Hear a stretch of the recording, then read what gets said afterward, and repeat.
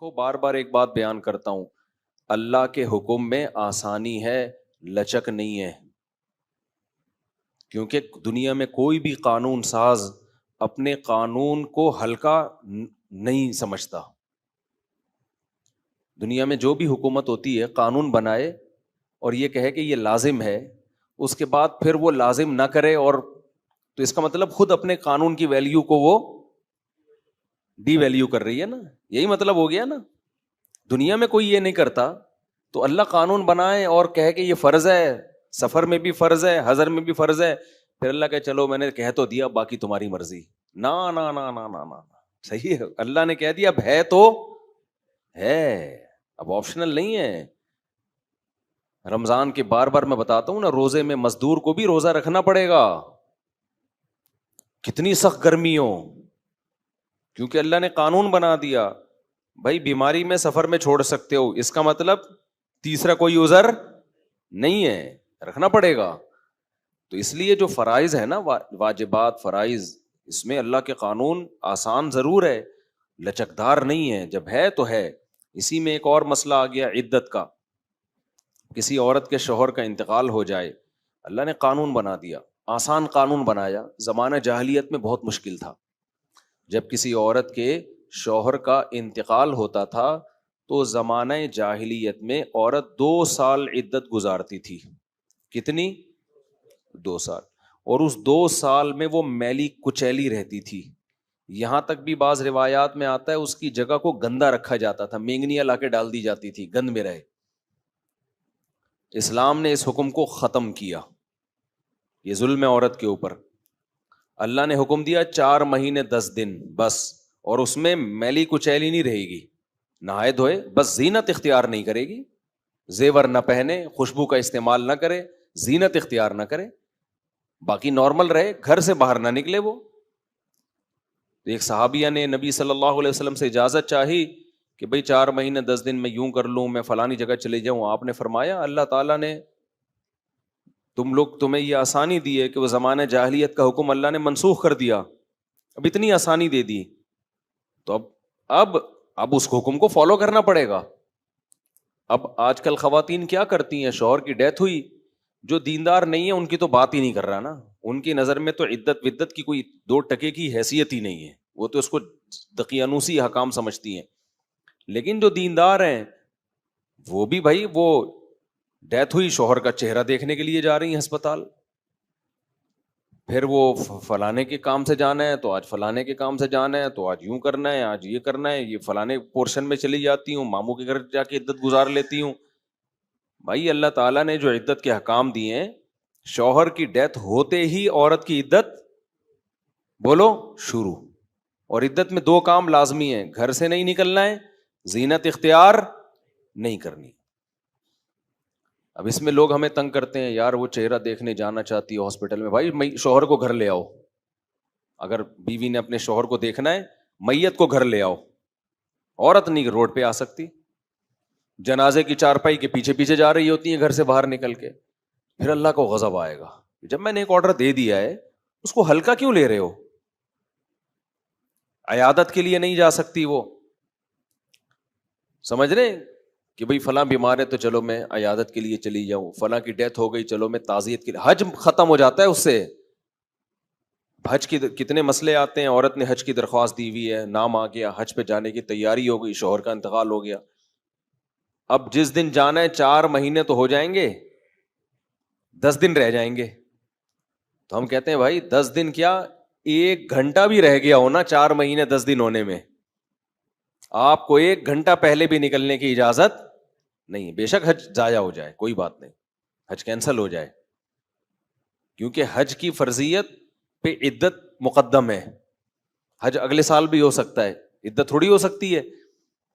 تو ہاں یہ اللہ نے آسانی رکھ دی ہے کہ جس عورت کا کوئی کمانے والا نہ ہو، اللہ نے لچک، جہاں شدید ضرورت تھی وہاں اللہ نے خود بخود لچک رکھ دی کہ بھوکے تو نہیں مر سکتے نا، کمانے والا کوئی نہیں ہے تو کمانے کے لیے جا سکتی ہے، مجبوری ہے بھائی کمانا. تو اس میں فقہاء نے بیان کیا دن دن میں جائے بغیر زینت اختیار کیے، اور دن دن میں واپس آ جائے.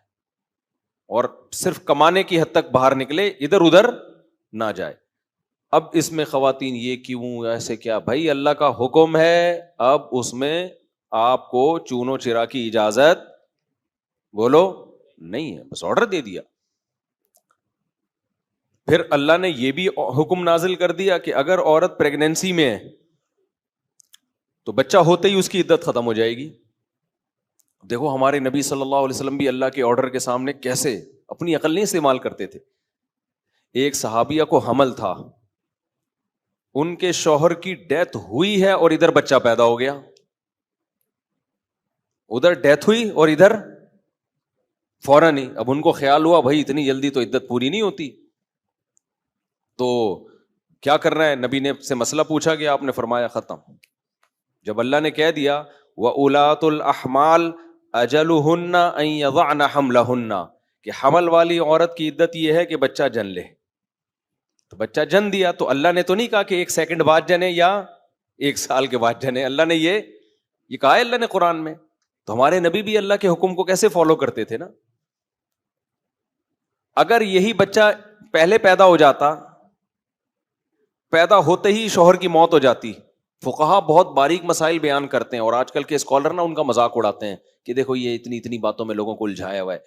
فقہا نے بیان کیا ہے کہ ادھر بچہ پیدا ہوا, کیونکہ ایسا ممکن ہے, قانون جب لکھا جاتا ہے تو امکان کو بھی لکھا جاتا ہے کہ ابھی آدھا بچہ پیدا ہوا ہے اور شوہر کی ڈیتھ ہو گئی تو کیا ہوگا. ایک ہے بچہ پیدا ہوتے ہی شوہر کی ڈیتھ ہو جائے, تو بچہ چونکہ پہلے پیدا ہوا ہے, شوہر کی ڈیتھ بعد میں ہوئی ہے, تو اب عدت کیا ہوگی؟ اب 4 مہینے 10 دن چلے گی. ادھر شوہر کی ڈیتھ ہوئی اور فوراً بچہ پیدا ہو گیا تو عدت ختم.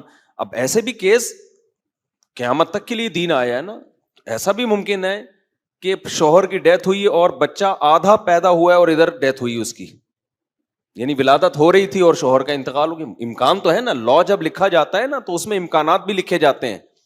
تو فقہا نے اس میں بھی بحث کی ہے کہ اس صورت میں کیا ہوگا, یا عورت کنفیوز ہے, پتہ ہی نہیں چل رہا کہ جب اطلاع ملی ہے تو بچہ پیدا ہو چکا تھا یا نہیں ہوا تھا. اس کے بھی فقہا نے احکام لکھے ہیں. تو بہت باریکیوں میں جا کے, تاکہ آئندہ آنے والے لوگوں کو کنفیوژن نہ ہو. آپ کتاب میں جا کے دیکھو, ہر مسئلہ فقہا نے ڈسکشن کی ہے اور اس کو بیان کیا ہے. تو ذرا سے فرق سے عدت کا حکم چینج. لیکن کیوں اتنا احتیاط کیوں؟ بھائی اللہ کا جب لا ہے تو وہ 2 اور 2 4 کی طرح ہے. سمجھتے ہو کہ نہیں سمجھتے ہو؟ جب اللہ نے کہہ دیا کہ بھائی جو حمل والی عورت ہے اس کا بچہ پیدا ہوتے عدت ختم, اگلے سیکنڈ میں بچہ پیدا ہوا عدت ختم. حضرت عائشہ کا قول ہے یا کسی صحابی کا کہ شوہر کو ابھی غسل بھی دیا جا رہا ہو نا, ابھی دفنایا بھی نہیں جا رہا ہے اور بچہ پیدا ہو جائے تو بس ختم عدت, چاہے دفنایا بھی نہ ہو, فوراً نکاح کر سکتی ہے وہ, ٹھیک ہے نا, فوراً نکاح کر سکتی ہے. تو اللہ نے اجازت دے دی اس کو. اب اس میں حکمت کیا ہے ہمیں نہیں پتا بھائی, اللہ کا حکم ہے, نص وارد ہو گئی تو نبی نے بھی اس پر عمل کیا, صحابہ نے بھی, ائمہ مجتہدین نے بھی. لیکن یہ نہیں ہے کہ جی 40 دن کی عدت, بعض 40 دن کی عدت منا رہی ہیں, بعض جو ہے وہ سفر کر رہی ہیں عدت کے دوران. تو ہاں گھر اکیلا ہے, وحشت ہے اس میں, بہت زیادہ خوف ہے, کوئی خطرہ ہے چوری چکاری کا, تو مجبوری میں پھر وہ گھر چینج کر سکتی ہے. جیسے کوئی ایسی جگہ پہ رہ رہی ہو جہاں چور ڈاکوؤں کوئی ساتھ رہنے والا نہ ہو, وہ ایک الگ مسئلہ ہے. تو یہ تو میں نے کچھ تھوڑی سی وہ اصل بات یہاں سے شروع کی تھی کہ کام جب مسلط ہوتا ہے تو ہو جاتا ہے. انسان اپنے اوپر اختیاری میں ڈال دے نا تو بس وہ ترتیبیں ہی بناتا رہے گا, سوچتا ہی رہے گا, کام دھیلے کا نہیں ہوگا. تبھی ہمارے حضرت فرمایا کرتے تھے کہ اللہ سے دعا کیا کرو کہ اللہ جو دین کی خدمت ہے اس کو میری مجبوری بنا دے, میں چاہوں نہ چاہوں کام ہو, بس لے تو مجھ سے. تو یہ اللہ کا بڑا فضل ہے, مولوی نہ بھی چاہے تو دین کا کام اس کو کرنا پڑتا ہی ہے.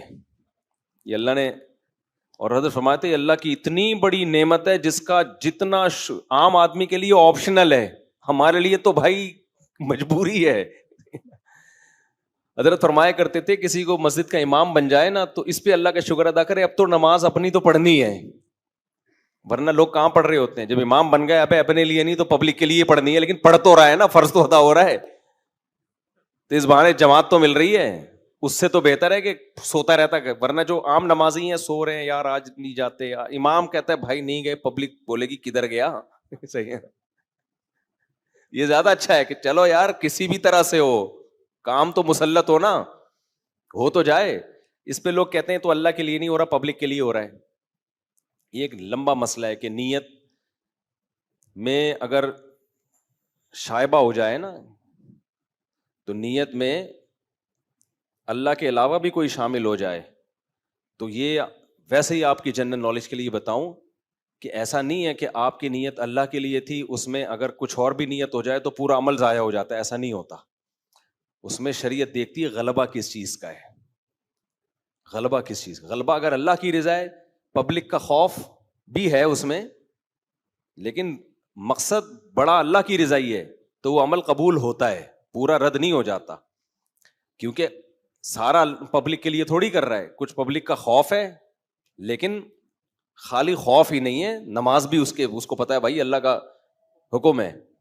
تبھی تو دیکھو نبی صلی اللہ علیہ وسلم صحابہ کو ترغیب دیتے تھے میدان جنگ میں کہ جو فلاں کو قتل کرے گا تو جتنا اس کی جیب سے مال نکلے گا اس مجاہد کا ہوگا. اب صحابہ اس شوق میں کہ چلو بھائی بندہ بھی مرے گا اور سارے پیسے اس کی جیب سے جو نکلیں گے وہ کس کے ہوں گے؟ ہمارے. تو اب کوئی کہے لو بھائی یہ تو پیسوں کے لیے جنگ ہو رہی ہے. بھائی ہو اللہ کے لیے رہی ہے، لیکن اس میں جب مالی مفاد بھی آ گیا تو تھوڑی موٹیویشن بڑھ جاتی ہے. آئے تو اللہ کے لیے تھے، ورنہ کون کمانے کے لیے اپنی جان گردن پہ آپ کٹانے جاؤ گے کہ یار مال غنیمت ملے گا؟ بھائی تیری جان بھی تو جا سکتی ہے. تو اصل میں تو اللہ کے لیے آئے تھے، لیکن موٹیویشن کے لیے انسان کے دل میں لالچ بھی ہوتی ہے، تو اپنے آپ کو بھی لالچ دے دینی چاہیے، بچوں کو بھی لالچ دینی چاہیے. میں بار بار بتاتا ہوں نا، عبداللہ ابن مبارک رحمہ اللہ تعالیٰ کے والد، ان کو عربی سکھانے کے لیے ان کو کہتے تھے ایک شعر یاد کر لو 2 درہم ملیں گے. اب اصولی طور پر تو یہ بظاہر غلط معلوم ہوتا ہے، بھائی تم تو پیسوں کے لیے اس کو علم دین سکھا رہے ہو. بھائی پیسوں کے لیے نہیں سکھا، اللہ کے لیے رہے ہیں، لیکن درمیان میں تھوڑا سا پیسوں کا تڑکا لگا رہے ہیں کہ اس بہانے سیکھ تو لے گا نا. تبھی عبداللہ بن مبارک کہتے ہیں میں نے دین کا علم حاصل کیا تھا دنیا کے لیے، لیکن جب علم آیا نا تو اللہ نے میرے دل سے دنیا نکال دی. ٹھیک ہے نا، کہنے نیت تو یہی تھی، پیسے ویسے ملتے تھے مجھے، صحیح ہے نا، پیسے ملتے تھے، نیت تو یہی تھی، لیکن جب علم آ گیا، علم نے ہی سکھایا کہ بھائی یہ اللہ کے لیے ہوتا ہے، دنیا کے لیے نہیں ہوتا. تو اپنے آپ کو اچھائی کی عادت ڈالنے کے لیے اگر دنیا کو شامل کرنا پڑے نا تو بھی ٹھیک ہے، عادت پڑ جائے اخلاص پیدا ہوتا رہے گا. ایک شاعر نے بڑا پیارا شعر کہا ہے، وہ ریا جس پر تھا زاہد طعنہ زن، پہلے عادت پھر عبادت بن گئی. یہ بڑا خاندانی شعر ہے، اس کا مطلب سمجھاتا ہوں. اب تھوڑا آڑا ترچا بیان ہو رہا ہے لیکن پارسل کر رہا ہوں، کام کی باتیں ہو رہی ہیں، کوئی غلط باتیں تو نہیں کر رہا نا. وہ ریا جس پر تھا زاہد طعنہ زن، زاہد کہتے ہیں جو دنیا سے بے رغبتی، اللہ کی عبادت کرنے والا. تو جب انسان عبادت کرتا ہے تو بعض دفعہ اس کے دل میں ریاکاری آتی ہے، لوگ دیکھ کے خوش ہو رہے ہیں اور لوگ واہ واہ کر رہے ہیں، تو اس کو یہ دل میں خیال آتا ہے یار میں تو لوگوں کے لیے کر رہا ہوں، اللہ کے لیے کر ہی نہیں رہا. تو وہ تانا دیتا ہے کہ یار یہ کیسی عبادت ہے، یہ پبلک کے لیے ہو رہی ہے، شو بازی ہو رہی ہے. تو اس پہ شاعر نے کہا وہ ریا جس پر تھا زاہد طعنہ زن، پہلے عادت پھر عبادت بن گئی. کیا مطلب؟ شروع میں تو ریا کی نیت سے ہو رہا تھا، لیکن کسی بھی نیت سے ہو رہا تھا، کام کی لت تو پڑ گئی نا، عادت تو پڑ گئی نا. مثال کے طور پر آپ پبلک کو دکھانے کے لیے نماز پڑھ رہے ہو، فجر بھی ظہر بھی، لوگ بولیں گے بڑا بزرگ ہے یار. کئی دن تک پبلک کو دکھانے کے لیے بھی پڑھو گے، کام کی عادت تو پڑ جائے گی نا. وہ جو پوستی پنا تھا وہ تو ختم ہو جائے گا. کام کسی بھی نیت سے کیا جائے نا یوز ٹو ہو جاتا ہے آدمی. سمجھتے ہو کہ نہیں سمجھتے؟ اور کیے بغیر یوز ٹو نہیں ہوتا. آپ جتنا مرضی اخلاص ہو، نماز کی فکر ہو، عادت تھوڑی پڑے گی اس سے نماز کی. آپ کے دل میں اللہ کا خوف کہ جو نماز نہیں پڑھتا جہنم میں جائے گا، تو کیا مطلب اس سے پڑھ لو گے نماز؟ عادت جب تک نہیں پڑے گی نہیں ہوگا. ایک نماز میں خوف پیدا ہوگا، اگلی میں تھوڑی ہوگا. اگلی میں ہو سکتا ہے کوئی غافل ہو جاؤ، بازار میں ہو، بازار کی محبت پیدا ہو جائے. بھائی کیفیات جو ہے نا انسان پر وہ چینج ہوتی رہتی ہیں، کنٹینیو ایک کیفیت کبھی بھی نہیں ہوتی. اب نماز کا آپ کے دل میں فجر کے وقت بڑا خوف تھا, جو نماز نہیں پڑھتا جہنم میں جائے گا, اس خوف کی وجہ سے آپ نے آ کے فجر پڑھ لی. کیا آپ سمجھتے ہو ضروری ہے کہ یہ خوف ظہر میں بھی ہو؟ بولو نا. ہو سکتا ہے ظہر میں 4 شادیوں پر بیان سن کے آئے ہو, آپ شادیوں میں الجھا ہوا ہو, دلہنیں آ رہی ہوں آپ کو خواب میں, وہ خوف ہی نکل گیا آپ کا. تو اب کہاں سے موٹیویشن ملے گی؟ نہیں ملے گی. آپ چھوڑ دو گے ظہر, پھر کہیں مولوی صاحب کا بیان سن لیا, مولانا طارق جمیل صاحب کی تقریر سن لی, او بھائی ایک خوف پیدا ہوا, کانپ رہے ہیں, اثر پڑ لی. مغرب میں پھر کوئی فلم دیکھنے بیٹھ گئے, وہ سارا ختم. کسی ملحد کا بیان سن لیا, وسوسے پیدا ہو گئے. تو یہ جو موٹیویشن ہے نا, لالچ اور خوف, یہ کام تھوڑا سا کرنے میں تو مددگار ہوتی ہے, لیکن اس سے کام کی عادت, کیونکہ یہ کیفیات ہمیشہ رہتی نہیں ہے. رہے تو آدمی مر جائے. سمجھ میں نہیں آ رہی بات؟ اگر یہ کیفیات ہمیشہ رہے نا تو یا تو خوف سے مر جائے پھر آدمی. جہنم سے ہر وقت کوئی بھی نہیں کانپتا رہتا, کبھی کبھار ہی کیفیات آتی ہیں. تو اس لیے جو بھی اصلاح کرتے ہیں نا بزرگان دین, ان کی کوشش ہوتی ہے خانقاہوں میں کہ اس کو عادت ڈالی جائے اس کام کی. بھلے ریاکاری کے لیے کر یار, تو دنیا کے لیے کر, پیسے لے لیں ہم سے نماز پڑھنے کے, عادت ڈالو اس کو. جب عادت پڑے گی, پھر جب یوز ٹو ہوتا ہے نا, لت پڑتی ہے کسی کام کی, پھر بھائی جو مرضی کیفیت ہو, وہ کہے گا کیفیت گئی تیل لینے, بھاڑ میں جائے کیفیت, میں نے نماز پڑھنی ہے. اب ہم نے جو جہاز میں نماز پڑھی, یہ تھوڑی کہ مجھے کوئی ٹانگیں کانپ رہی تھی, خوف پیدا ہو رہا تھا, نماز چھوڑ گئی. بھائی یہ عادت پڑی ہوئی ہے یار, کیسے چھوڑے؟ دل ہر وقت ٹینشن رہے گی دماغ میں, نماز نماز. یہی ہوتا ہے نا نماز, جو نماز پڑھتا ہے ہر وقت ٹینشن, کو سکون ہی نہیں ملے گا کسی کام میں یار, نماز نہ نکل جائے. ایک بار بار دماغ میں اپنے سکون کے لیے بھی انسان کہتا ہے بھائی ایک دفعہ پڑھ کے آرام سے بیٹھ جاؤ. بالکل جیسے جس کو چائے کی لت پڑ جائے, نسوار کی لت پڑ جائے. شروع میں ہو سکتا ہے چائے شروع کی ہو دماغ کو فریش کرنے کے لیے, جب لت پڑ جاتی ہے بھائی دماغ فریش ہونا ہو, مجھے کیا چاہیے؟ چاہیے, عادت پڑی ہوئی ہے. اتنا انسان کی اللہ نے باڈی میں یہ چیز رکھی ہے نا, لت پڑنا اور عادت پڑنا, یہ خوراکوں میں بھی ہے. آپ نے دیکھا ہوگا کچھ لوگ صبح اٹھ کے پانی نہ پیئیں تو حلق خشک رہتا ہے, حالانکہ صحت کے لیے نقصان دہ ہے یہ, لیکن کیوں پیتے ہیں؟ کسی کے ڈاکٹر کے کہنے پر نا صبح نہار منہ, کسی یعنی بے وقوفی کہوں گا میں اس کو, جو کام دنیا میں کوئی جانور نہیں کر رہا ہوتا, صبح سے اٹھ کے پاگلوں کی طرح پانی پی رہے ہوتے ہیں. ڈاکٹر نے کیسے گردے صاف ہوتے ہیں. ابے جب پانی کی ضرورت ہوتی ہے تو ڈاکٹر تھوڑی ہو, تو باڈی خود بتاتی ہے. جب ضرورت نہیں ہے تو بلا وجہ کیوں گھسڑ رہے ہو یار ایک چیز. لیکن غلط کام شروع کیا, اب باڈی اس غلط کی کیا ہو گئی؟ عادی. اب نہیں پیو گے تو پیاس, خشکی, یہ سب چیزیں شروع ہو جاتی ہیں. میں نے ایسے لوگ بھی دیکھے ہیں کہ ہمارے ایک ریلیٹیو تھے, بہت پرانا قصہ ہے, ان کو نہیں پتا چلے گا کس کی بات ہو رہی ہے. میں جب ان سے ملا تو مجھے پتہ ہی نہیں چلتا یہ لمبائی کتنی ہے, ان کی چوڑائی کتنی ہے, یہ بیٹھے ہوئے ہیں یا لیٹے ہوئے ہیں یا کھڑے ہوئے میں. گول تھے, بالکل گول. وہ کیا کرتے تھے, ان کو کولڈ ڈرنک کی عادت ایسی پڑی تھی, صبح نہار منہ پیپسی پوری 1.5 لیٹر کی 2 لیٹر کی پی جاتے تھے. وہ کہتے تھے میں نہیں پیوں میرا دماغ خراب ہونے لگتا ہے. حالانکہ یہ کوئی قدر نقصان دے نا. سارے ڈاکٹر ان کو کہہ رہے تھے مر جائے گا بھائی تو, لیکن کہہ رہے ہیں مجھے تسلی نہیں ہوتی, مجھے پینی پڑتی ہے. تو جب اتنی فضول چیز کو کرتے کرتے رہنے سے کرنے کی عادت پڑ گئی, تو بھائی نماز پڑھتے پڑھتے رہنے سے پڑھنے کی عادت نہیں پڑے گی کیا؟ وہ تو بالکل فطرت کے اللہ کی عبادت تو انسان کی نیچر ہے, وہ تو فطرت کا تقاضا ہے. کولڈ ڈرنک فطرت کا تقاضا تھوڑی ہے, فطرت انکار کرتی ہے صبح صبح اٹھ کے پانی پینے کا. فطرت الا یہ کہ کوئی شدید پیاس لگ رہی ہو, لیکن عادت پڑ جاتی ہے. میٹھے کی عادت پڑ جاتی ہے, ایسی میٹھوں کے لوگوں کو لت پڑتی ہے کہ جیب میں لڈو لے کے گھومتے ہیں. ایسے بھی لوگ ہم نے سنے ہیں, دیکھے ہیں, ہر تھوڑی دیر بعد ان کو میٹھا چاہیے. تو لت پڑتی ہے کسی بھی چیز کی. تو ایسے ہی خانقاہوں میں جو اہل اللہ ہیں وہ کیا کوشش کرتے ہیں, ہم نے جو بڑوں سے دیکھا بھی ہے سنا بھی ہے, بھائی اس کو لالچ دے کے کسی بھی طرح سے نا اس کو عادت ڈالو.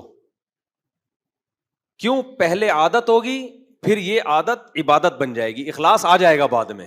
اخلاص پیدا کرنا مشکل کام نہیں ہے, عبادت کی عادت پیدا کرنا مشکل کام ہے. سمجھ میں نہیں آ رہی؟ دیکھو فکر بچوں کو پاس ہونے کی ہوتی ہے کہ نہیں ہوتی؟ امتحان میں کتنی ٹینشن میں ہوتے ہیں یار. جنہوں نے پورے سال کنٹینیو پڑھا ہوتا ہے بڑے آرام سے پاس ہو جاتے ہیں. پورے سال پڑھا نہیں ہوتا ٹینشن میں ہوتے ہیں. تو کیا مطلب, انہیں پڑھائی کی فکر نہیں تھی کیا؟ اگر فکر نہ ہوتی تو ٹینشن میں ہوتے اس وقت؟ فکر تھی, یوز ٹو نہیں ہے, عادت نہیں ہے ان کو. جن کو پڑھائی کی عادت ہوتی ہے وہ یوز ٹو ہو گئے ہیں بھائی, بچپن سے عادت پڑی ہوئی ہے کتابیں لے کے بیٹھنے کی, وہ پڑھتے رہتے ہیں. جن کو عادت نہیں پڑی ہوئی کانپتے رہتے ہیں, سوچتے رہتے ہیں اور فیل ہو جاتے ہیں. سمجھتے ہو بھائی؟ بہت اہم بات کر رہا ہوں, اس کو ہلکا مت سمجھو. اسی وجہ سے بچوں کو بھی عادت ڈالی جاتی ہے لالچ دے کے, پیسے دے کے. تبھی آپ دیکھو جن کو بھی, جو بزرگان دین جب کسی سے گناہ چھڑواتے ہیں تو اس گناہ کے طبی نقصانات بہت فوکس کرتے ہیں کہ اس گناہ سے یہ نقصان ہے تمہاری صحت کو, اس گناہ سے یہ نقصان ہے, اس گناہ سے یہ. اب سوال پیدا ہوتا ہے بھائی گناہ چھوڑنا ہے اللہ کے لیے, صحت بچانے کے لیے تھوڑی چھوڑنا ہے. گناہ کس کے لیے چھوڑنا ہے ہم نے؟ اللہ کے لیے. اور آپ اس کو مشورے دے رہے ہو تمہاری صحت کو یہ نقصان, تمہارے پھیپھڑے تباہ, تمہارے گردے تباہ, تمہارے یہ نقصان, ڈپریشن میں جاؤ گے. وجہ کیا ہے؟ او بھائی تو پھیپھڑوں کی نیت سے چھوڑ دے یار, تو گردے بچانے کے لیے شراب چھوڑ دے, ٹھیک ہے نا, چھوڑ تو صحیح, عذاب سے جان تو چھوٹے. کیونکہ پینے کے سائڈ افیکٹ, آخرت کے نقصانات بہت زیادہ ہے. تو بھلے تو دنیا کے لیے چھوڑ, کم از کم اس گناہ سے تو بچ جائے گا نا, شراب کے جرم سے تو بچ جائے گا. سمجھ میں نہیں آ رہی میرا خیال ہے بات. تبھی علماء اہل اللہ ہمیشہ جب بھی گناہ کی بات کرتے ہیں تو گناہ کے دنیاوی نقصانات بہت زیادہ بتاتے ہیں کہ اس کے یہ, تاکہ لوگوں کو ہو کہ یار اللہ کے لیے نہیں تو کم از کم اس عذاب سے بچنے کے لیے چھوڑ دو. سمجھتے ہو کہ نہیں سمجھتے؟ تو اپنے آپ کو بھی اچھائی کی عادت ڈالنے کے لیے نا موٹیویٹ کرنا چاہیے, چاہے دنیا کی لالچ دے کے کرو. روزے رکھنا شروع کرو بھلے صحت کی خاطر کہ صحت اچھی ہو جائے گی, لیکن جب عادت ہو جائے گی تو وہ ریا جس پر تھا زاہد تانزن, پہلے عادت پھر عبادت بن گئی, وہ عبادت بن جائے گی, اخلاص پیدا ہو جائے گا. تو کوشش تو کرو اللہ کے لیے ہو, لیکن نہیں ہو رہا تو جائے جس کے لیے بھی ہو رہا ہے بھائی ایک دفعہ عادت پڑنے دو. عادت پڑتی ہے تو یہ سب سے بڑی نعمت ہے کسی نیکی کی عادت پڑ جائے, کیونکہ مخلص لوگ مارکیٹ میں بہت ہیں, کنٹینیو کسی نیکی کو کرنے والے مارکیٹ سے شارٹ. 27ویں رات کو دیکھو نا, کیا کلابازیاں کھا کے رو رہے ہوتے ہیں, یا اللہ معاف کر دے, یا اللہ. آدمی لگ رہا ہے اس سے بڑا نیک دنیا میں ہے کوئی پیدا ہی نہیں ہوا. وہ 2 دن چلتا ہے ان کا وہ تقویٰ, اس کے بعد فلم دیکھنے جا رہے ہوتے ہیں. اور کچھ لوگ ہوتے ہیں جو نقلہ بازیاں کھا رہے ہیں, رو بھی نہیں رہے ہوتے, وہ پھر بھی نہیں دیکھتے فلم. صحیح ہے نا, کیونکہ ان کو برائی سے بچنے کی عادت ہے, ان کو یہ لت ہی نہیں پڑی ڈراموں فلموں کی, تو آرام سے گھوم رہے ہوتے ہیں. میں نے ایسے بہت لوگ دیکھے, ایسے اہل اللہ بھی دیکھے ہیں میں نے, کہ وہ زیادہ روتے دھوتے نہیں ہیں لیکن برائیوں سے بچے ہوئے ہیں. کیوں؟ جس ماحول میں پیدا ہوئے اس میں برائیوں کا ماحول نہیں تھا, بچپن سے ماں باپ نے تربیت کی, برائی کرنے نہیں دی. وہ کہتے ہیں بھائی ہم سے نہیں ہوتی یار, ہوتی نہیں ہے, جاؤ. ہمارے حضرت فرمایا کرتے تھے یہ جو بد نظری ہے نا یہ انسان کی فطرت کے خلاف ہے. جب انسان صحیح ماحول میں بڑا ہوتا ہے نا تو اس کو غیر محرم عورت کو دیکھنا اس کے ضمیر پسند نہیں کرتا, اس کو اپنے اندر سے بو آتی ہے, اسمیل آتی ہے. فرمایا کہ لوگ کیا کرتے ہیں, اللہ نے اسپرنگ لگائے ہوئے ہیں کچھ, کہ جب نظر پڑتی ہے خود جھک جاتی ہے, تو لوگ آنکھیں پھاڑ پھاڑ کے دیکھ کے نا وہ اسپرنگ ڈھیلے کر دیتے ہیں, پھر دیکھنے کی لت پڑ جاتی ہے. پھر جس دن کوئی گزر رہی ہو نہ دیکھیں تو ڈپریشن میں جا رہے ہیں کہ پتہ نہیں کیا بہت بڑا کوئی علم تھا جو ان سے جس سے محروم رہ گئی. یہ ٹھڑک ہوتی ہے کہ یار دیکھیں تو, حالانکہ کچھ بھی نہیں ہوگا, تو دیکھے گا کچھ بھی نہیں ہے. موبائل میں کتنی تصویریں بھری ہوئی ہیں, گوگل پہ کتنی, تو جو جس قسم کا ڈیزائن دیکھنا چاہے دیکھ سکتا ہے نا. کتنے آج کل گناہ کے راستے. پھر بھی جو کوئی گزر رہی ہوگی نا آنٹی, جب تک ایک دفعہ دیکھ نہ لے اس کو چین نہیں آتا. کیا کر لیا بھائی تو نے اس کو دیکھ کے, کیا مل گیا تجھے؟ وجہ کیا ہے؟ دیکھ دیکھ کے عادت کس کی پڑ گئی ہے؟ دیکھنے کی. تو اس کا علاج کیا ہے بھائی؟ جو کام کرتے رہنے سے کرنے کی عادت ہوتی ہے, چھوڑتے رہنے سے چھوڑنے کی. بالکل وہی فارمولہ ہے, جس وجہ سے لت پڑی ہے وہی چھوڑتا رہے گا تو شروع میں تکلیف ہوگی, اس کے بعد چھوڑنے کی عادت. پھر کوئی گزرے گی تو تیری نظر ہی نہیں اٹھے گی. جو آنکھیں پھاڑ پھاڑ کے دیکھ رہے ہوں گے تجھے ان پہ تعجب ہوگا, بھائی کیسے پاگل لوگ ہیں یار ٹھرکی, تجھے ان پہ تعجب ہوگا. سمجھ رہے ہو کہ نہیں سمجھ رہے ہو؟